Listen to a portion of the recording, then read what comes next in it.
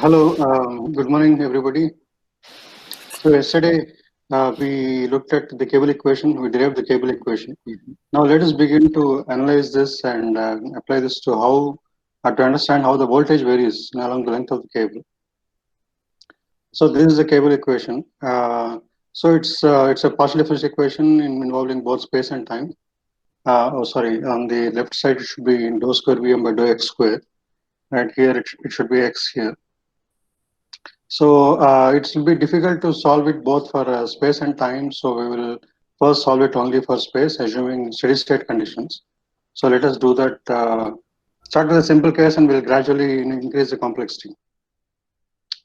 Okay, so the situation we look at is we'll take an infinite cable and we look at the voltage distribution. But in order to produce some voltage in the cable, we need to inject current, right? Because it's a passive cable, it's a RC circuit.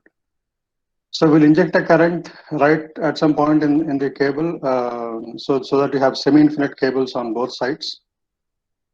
The current will be a constant current in time, but spatially it will be a point source.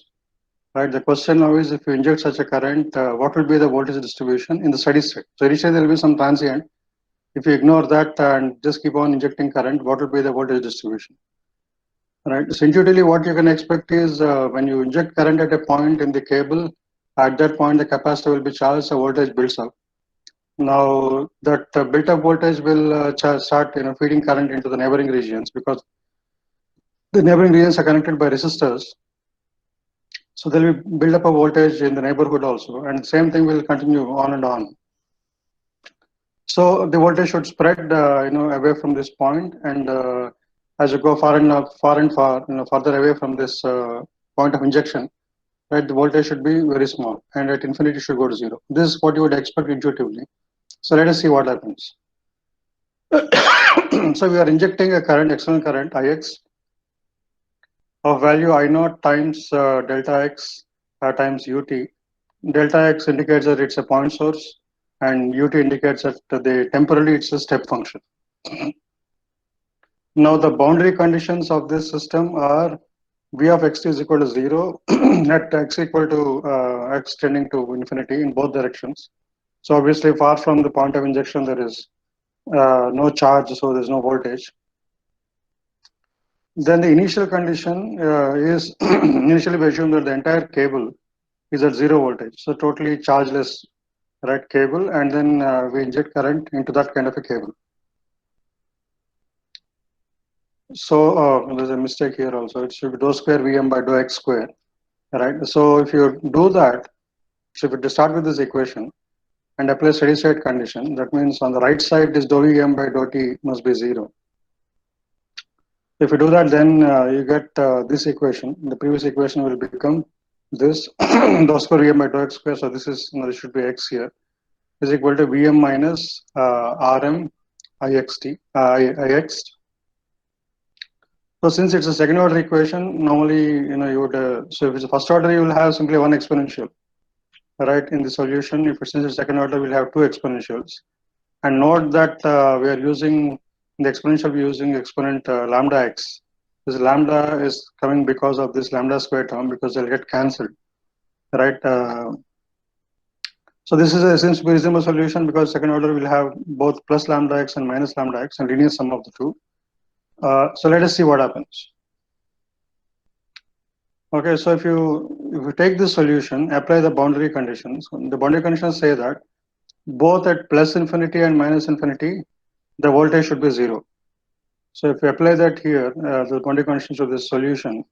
Now in this expression, if Vm extends to so tends to zero at infinity, right? Because if it if you go to plus infinity, since lambda is positive, it's a space constant. When you go to plus infinity, this term will blow up. Okay, so therefore to make it finite, a has to be zero. If you go to minus infinity, this term will blow up. So you can, to make the whole expression finite, b should be zero. So you get an observed result, right? Basically, there is, it's saying Vm is zero everywhere. So that doesn't make any sense. So the answer to this problem is it can be overcome if you use a solution of this form. That is Vm of x is equal to V naught into e power minus mod x by lambda.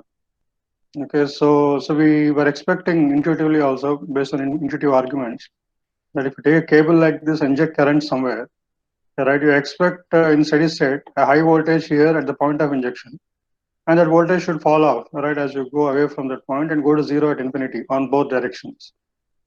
So if you look at this equation, that this is exactly the kind of form it has, and also it has exponential form, so it should probably work, right? But we need to verify that.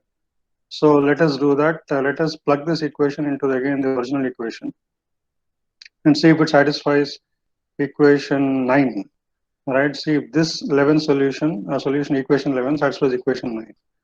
So how do we do that? First, let us calculate the double derivative. So before that, so calculate dou Vm by dou x. So how do you do that?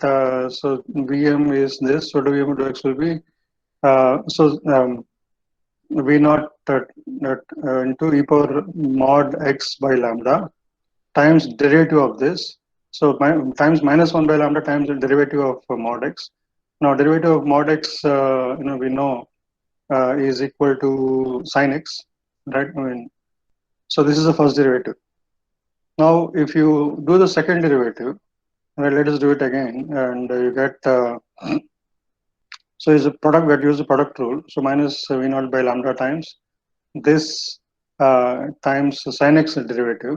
Now the derivative of sin x is signum x. I mean, so is equal to 2 times delta x because you have sharp discontinuity at the origin, which is a value 2, right? So if you differentiate, you get 2 times delta x. So yeah, and so this part itself will be simply again you have one more sin x. So if you differentiate first expression, you will get minus v naught by lambda into sin signum x uh, times again this expression times minus 1 by lambda into signum x.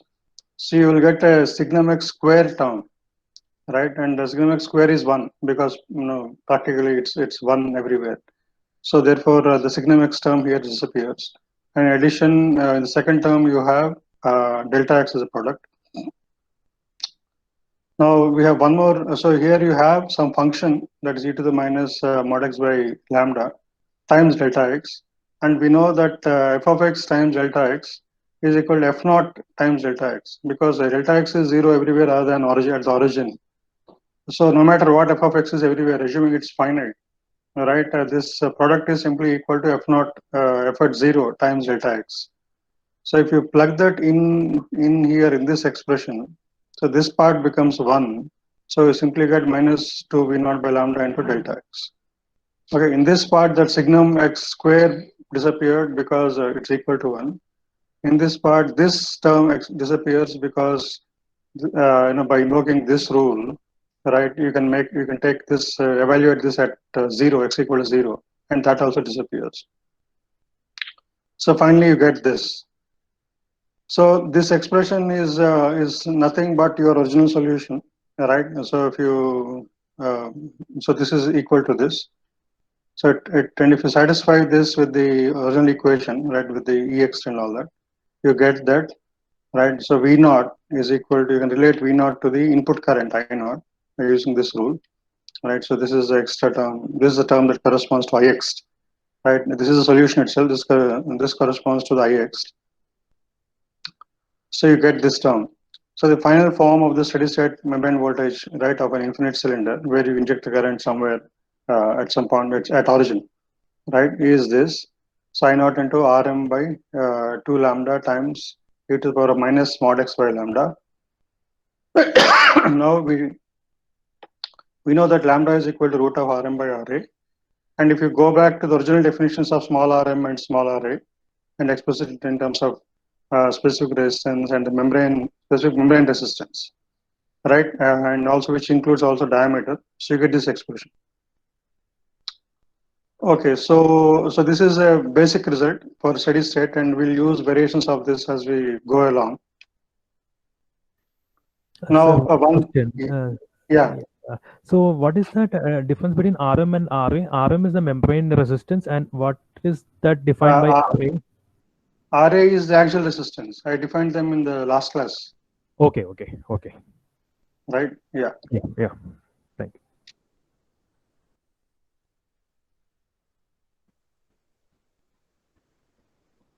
Oh, Right. So in the future, we'll use here we'll define something called electrotonic distance, capital L, right? Which is so basically what is happening here in this equation is okay, messed up the equation here, but here it should be dou x square. So x and lambda, I can bring lambda down and write change the variable to some other variable, x by lambda, right? Similarly, I can take tau m, down here and change the variable, this time variable to t by tau m. So I can have rescaled space and time variables. The time variable rescaling of time variable will come later to that. But you can see that when I bring this lambda square here, I can make it x by lambda square. So it's very convenient to redefine space variable in terms of using this space constant lambda, so that unnecessary parameter can be eliminated. So therefore, we introduce this new kind of a rescaled length variables. The length of the cable is let us say capital L, right? A small l. You define a new length which is scaled by the space constant lambda, and that kind of a length is called an electrotonic length or electronic distance. We can do the same thing for the distance variable. That is, we define capital X is equal to small x by lambda, and we'll use it in future. Then we'll also define the quantity called input resistance, because when you inject some current, right, this is infinite cable.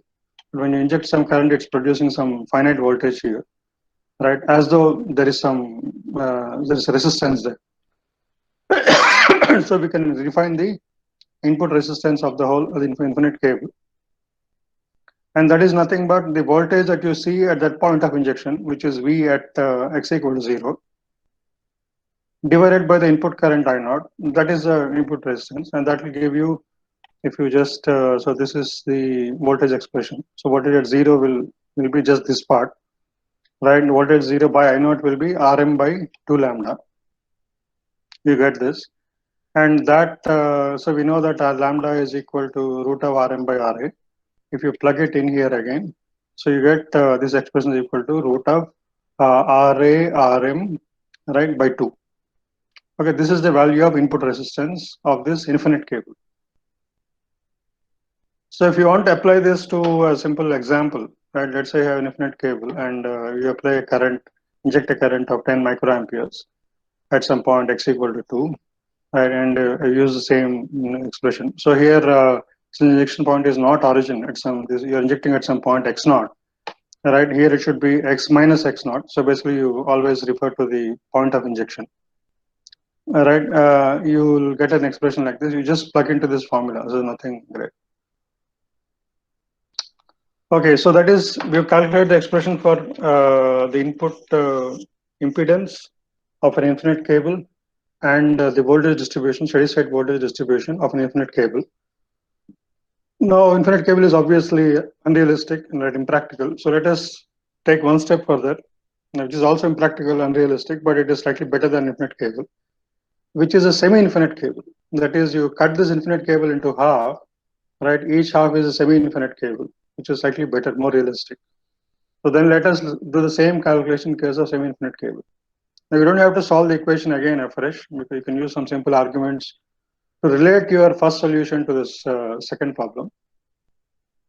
So basically, look at this situation. You have an infinite cable injecting current Ix at some point, right? And so the value of Ix is I naught, and it is equal to I naught times ut times delta x. So since the cable is uniform, it's homogeneous, so obviously equal amounts of current should flow towards left side as opposed to right side, right? And so therefore imagine I naught by 2 is going to both directions. If you assume that, then the voltage on the left side will be the left half of the function, v of x, and on the voltage on the right side will be right half of the function. right? So the expression is very simple. It's simply one half of the exponential, and the impedance also can be easily calculated. Since the current is getting divided into both directions, you can think of so the impedance of both these semi-infinite cables should be the same.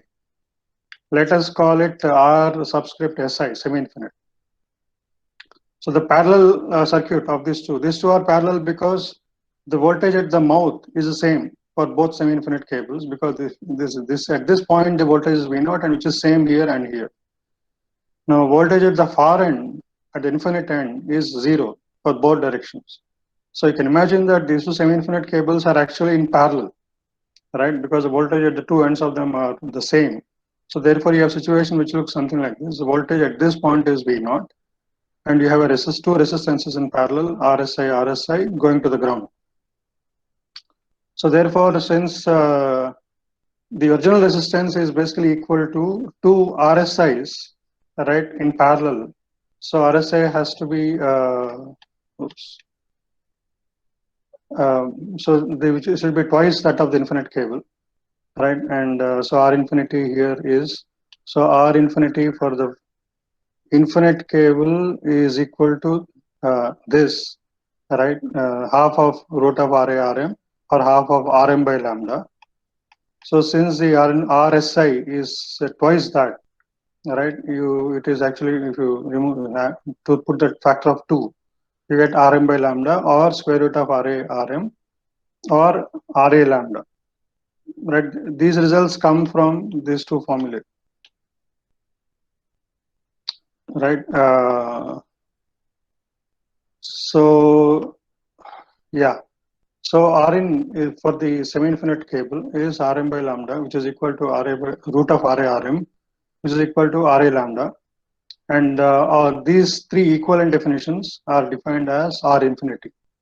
Okay, R infinity is input impedance of a semi-infinite cable. It's like a characteristic property of that cable, because the cable is defined by more intrinsic properties like Ra, Rm, and lambda.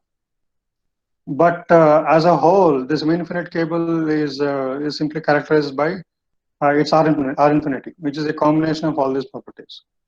So we'll use that again. And like I said, the voltage distribution itself for the semi-infinite cable is simply one side of the voltage. So it will be just this, right? I mean, if you are looking at right half, you can just use positive x, left half it is negative x, but therefore it is lambda, it's a mod of x. Okay, so that gives us the steady state voltage distribution results for the semi-infinite cable. Now let us go to something more realistic.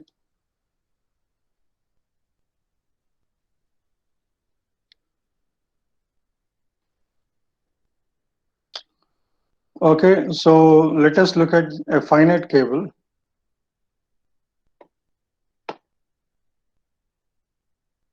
Let me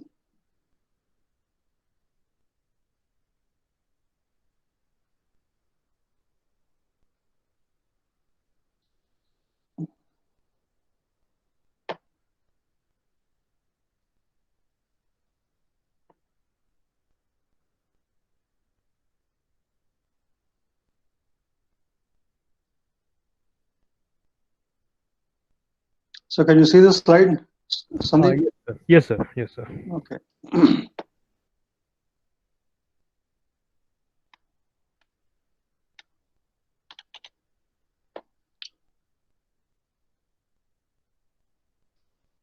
Okay, so let us look at a finite cable, because obviously the real dendritic cables are all finite cables. In fact, it's not even a single, cylinder, but it's a tree structure, the real dendritic tree. So we'll come to the tree later, but let us go from semi-infinite cable to a finite cable. So for this, we'll use this rescaled space variables, the electrotonic length. So the length of the cable is now capital L, which is equal to small l, which is the original distance in microns or whatever.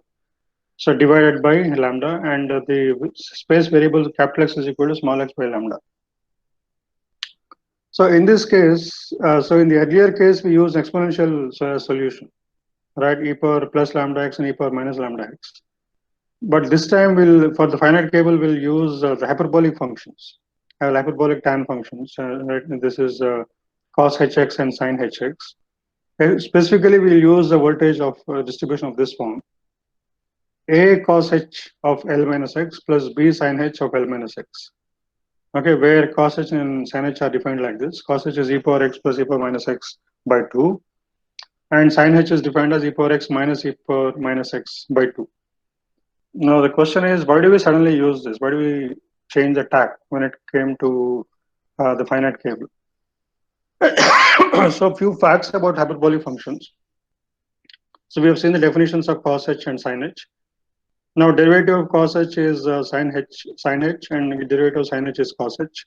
So there's the negative sign is not there, like what you have for cos and sin. And the shapes of these functions, sin x and cos x, are finite, but periodic.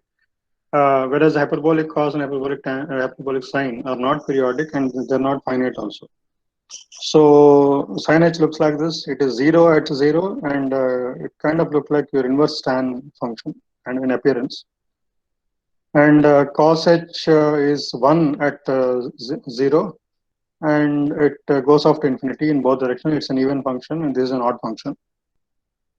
Tan h, is a finite function. It looks as 2 wings and saturates at infinity in both directions.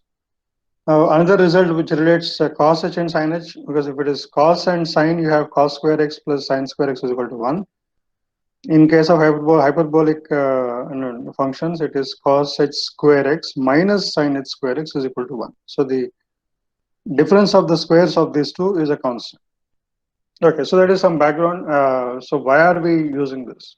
So one reason is you can notice that sin x is 0 at origin, at cos h is 1, and derivative of cos h is sin x, sin h, which is 0 at origin. So point is, when you use this kind of an expression, right, at the boundary condition, something should happen, something interesting should happen. So right now, if you use this as boundary condition, I mean, if you use this expression, right, straight away, if you use e power x and e power minus x, at the boundary of x equal to L, right, nothing interesting happens, right, and the terms don't go to 0. Whereas in the previous case of the infinite cable and semi-infinite cable, at the boundary, right, the voltage goes to 0, so some term goes to 0. That makes the algebra simple. Whereas if you use e power x terms here, right, if you have a finite cable at the boundary that's x equal to L, nothing interesting happens. So calculations get somewhat complicated. So what we do here is we'll use cos hx, because then the advantage is we're also not even using cos hx, we're using cos h of L minus x and sin h of L minus x. If you do that at the boundary, L minus x, this term goes to 0. Okay, that will make algebra simple, as we can see in short time. So here we look at 3 situations. So we'll take a finite cable of electrotonic length L. Okay, and we'll inject some current. Again, it's a constant current, it's a step current injected into the mouth of this cable. And at the far end of the cable, we assume there's some kind of a resistance which connects the far end of the cable to the ground. And that resistance, I'll call it the loading resistance, RL. So now we look at 3 cases. First 2 are somewhat simple, and the third one is more general. In the first case, I assume RL is infinity, that means it's an open circuit, right? This part is cut off. Second case, RL is 0, so it's a short circuit. So voltage here is 0. In the first case, when RL is infinity, this is cut off, so current here is 0. Second case, RL is 0, therefore it is shorted, therefore voltage here is 0. Third case is general, RL is some finite value.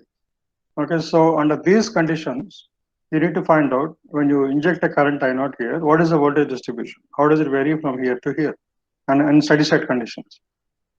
So let us look at the first case here. The first case is called sealed end boundary condition. So this is physically, it refers to a dendrite where you are looking at the one end of a dendrite. The finite cable is, in this case, is basically a part of a dendrite, part of the tip of the dendrite. So this is a tip of the dendrite, and this slightly darkish blue border is the cable, the membrane itself.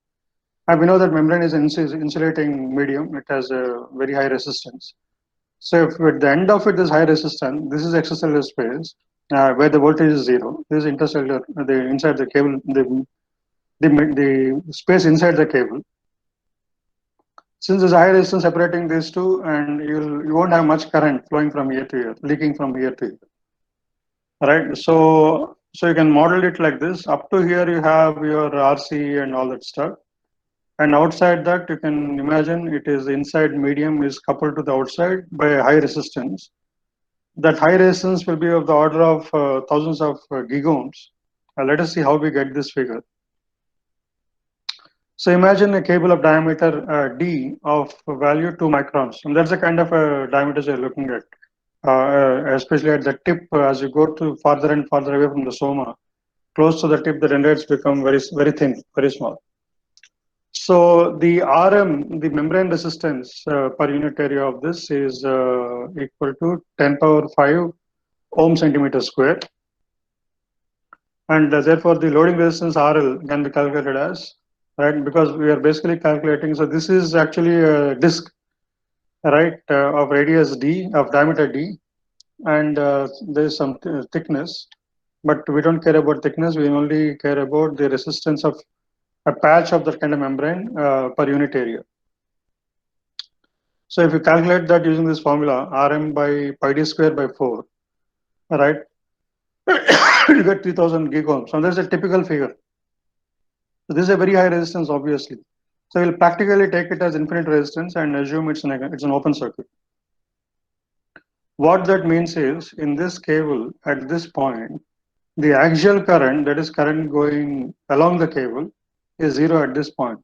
So that defines your boundary condition for this cable, because there is no current going out into the extracellular space. So basically at the sealed end, right, the boundary condition is such that the axial current II is zero at the sealed end, that is at x equal to L. So therefore, from equation 1, which we saw in the last class, right, you have minus dou Vm by dou x is equal to Ra times II. So this equation which relates the voltage, the spatial derivative of the voltage with the axial current. This is what you got when you applied Ohm's law to the axial current. So what we are saying is this quantity at x equal to L, right, is equal to 0. So substituting the above, right? So basically we know that Vm is equal to this expression. So if you differentiate this with respect to space, so you get, so note that there's a little technicality here. We are doing the derivative with respect to small x, right? And the function is written in terms of capital X and capital L. These are the electrotronic distances. And we know that capital X is equal to small x by lambda and capital L is equal to small l by lambda. So we need to take care of that. So if you differentiate with respect to small x, you'll get a 1 by L factor. But since the whole L expression is equal to 0, so the L disappears, you can cancel it off. So you have minus a sin h of L minus x minus b cos h of L minus x. This whole thing is equal to 0. At this is should be capital X equal to capital L. So since at L x equal to L, this disappears, and therefore this also should become 0, whereas cos h of 0 is not 0. Therefore, that implies that capital V is 0. So if you take that and plug it into the original expression, this is what I was saying. So that's the reason why we should, this choice is very judicious. Choice of using cos h of L minus x and sin h of L minus x in the solution is quite judicious. So this term becomes 0 because B becomes 0. Therefore, Vm of x is equal to a cos h L minus x. Now, assuming V naught is the voltage at the near end, that is where the current is injected, that is at small x equal to 0 is equal to capital X. Both are 0 at this point. Right? At steady state, we can assume that solution can be written like this. So at x equal to 0, right, at capital X is equal to 0. So V naught is equal to this whole thing. So V naught is equal to a cos h L. So A is given by V naught by cos H L. So if you plug it back in here, so if we solve for A, to plug it back in here, you get Vm of x is equal to V naught cos H L minus x by cos H x, cos H L. So this is the expression for voltage distribution of a finite cable where the far end is sealed. Okay, and now let us find out the input impedance of this. So how do you find input impedance? Basically, we know the input current. Now calculate input voltage, and V naught by I naught, right, will give you the input impedance. So how do you find out V naught? So let us find out the input current, which is same as the axial current at x equal to 0, that is II, right? And that is given by II is equal to minus 1 by Ra, dou Vm by dou x, which is so if you just take this and differentiate with respect to small x, right, and multiply with minus 1 by Ra, right, you get this times minus sin x L minus x, right, minus 1 by Ra, and you get this, you see that 1 by lambda factor coming out. That is coming because of this capital X, right? Capital X is equal to small x by lambda, and you are differentiating Vm with respect to small x. So if you do that, then we know from before that Ra lambda is equal to R infinity by definition, right? So you get, so here you get sine of minus and minus get cancelled. You get sine of L minus x in the numerator and cos h in the denominator, cos h L in the denominator. So you get V naught by R infinity. So II, which is here we're calculating II at the mouth of the cable, which is equal to R V naught by R infinity into tan HL. So therefore, the input impedance is V naught by I naught, that is this current here. So if you take it this to the other side, right, you get R in is equal to R infinity times, right, one R infinity by tan, that is R infinity times cot HL. Okay, so this is input impedance of this sealed end cable of length, of electrotonic length, capital L. Now let us look at the killed end boundary condition, the second case. So in the killed end boundary condition, the end of the terminal is shorted. That means, so basically imagine that the cable is cut at that point, so that the intracellular medium, which is electrolytic, is directly in contact with the extracellular space, and therefore that is like equivalent to a short.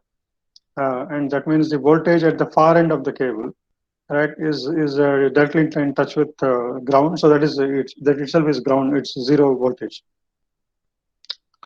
Right. The physically what that means is you are cutting the end of the cable and looking at it. So basically they are looking at two different possible boundary conditions before you look at a more general boundary condition of arbitrary loading resistance. Okay, this kind of all this killing and all might seem slightly violent. This kind of terminology. I think basically this it was used just to rhyme with sealed end. They wanted to have two terms which rhyme. So the first one is sealed end. Something that rhymes or something that makes sense is killed end. Right. This. So I'm following Christoph Koch's book in all this in this part of for covering this topic. That is biophysics of computation. I mentioned that in the very first class. But I take a look at that book. It's a heavy reading, but all the material that's necessary is there in my notes. So the form of the solution again is we'll use same expression, and the boundary condition in this case is it is much simpler because V naught is V of x is 0 at x equal to L. So therefore, plug in x equal to L here. So this part becomes 0. And this part then will be forced to be equal to 0. And since cos h at 0 is 1, so A becomes 0. So if A becomes 0, then V of x becomes B sine L minus x. Okay, so and let's define V of x equal to V naught at x equal to 0. That's because that's voltage at the mouth. Right, if you do that, then you can like before, like you can show that B is equal to V naught by sine h of L because you need to plug in x equal to 0. Okay, so now we need to find out input resistance. So how do you do that? So let's again calculate the axial current, which is equal to minus Ra times dou V by dou x, and at x equal to 0. So you take this expression, so this expression, so which is So it will be, if you plug this B here, it will be V naught by sin HL into sin H of L minus X. So if you take that and differentiate with respect to X, you get minus V naught into this. There should be a 1 over lambda term, right? And then if you, it's missing here. So IA should be equal to minus 1 by RA times this. So that is V naught by lambda times cos H. So I plug X equal to 0, so you get cos HL by sin HL, that is cot HL. So you get this, right? And Rn is equal to V naught by II, which is II at the mouth. So that is actually I naught. So equal to lambda RA times 1, tan H. It will become, cot H 1 by cot H becomes tan H. So lambda RA, we know that is equal to R infinity. So you get R infinity times tan H. So this is the input impedance of the Kilden case. Okay, so then there's a third case, which is arbitrary termination, where the loading resistance RL is finite. So that derivation is slightly long. I think I'll stop here and do that derivation next class. Okay, so after that, we look at the more general case of branching cables. And with that, we'll end the steady state analysis. Then we'll look at temporal solutions. So we'll put back that expression, the temporal derivative expression, dou Vm by dou T, right? And analyze how to solve, look at how to solve the equation. When look at temporal solution, then we look at how the wave propagates along the cable. So thank you. Let us stop here.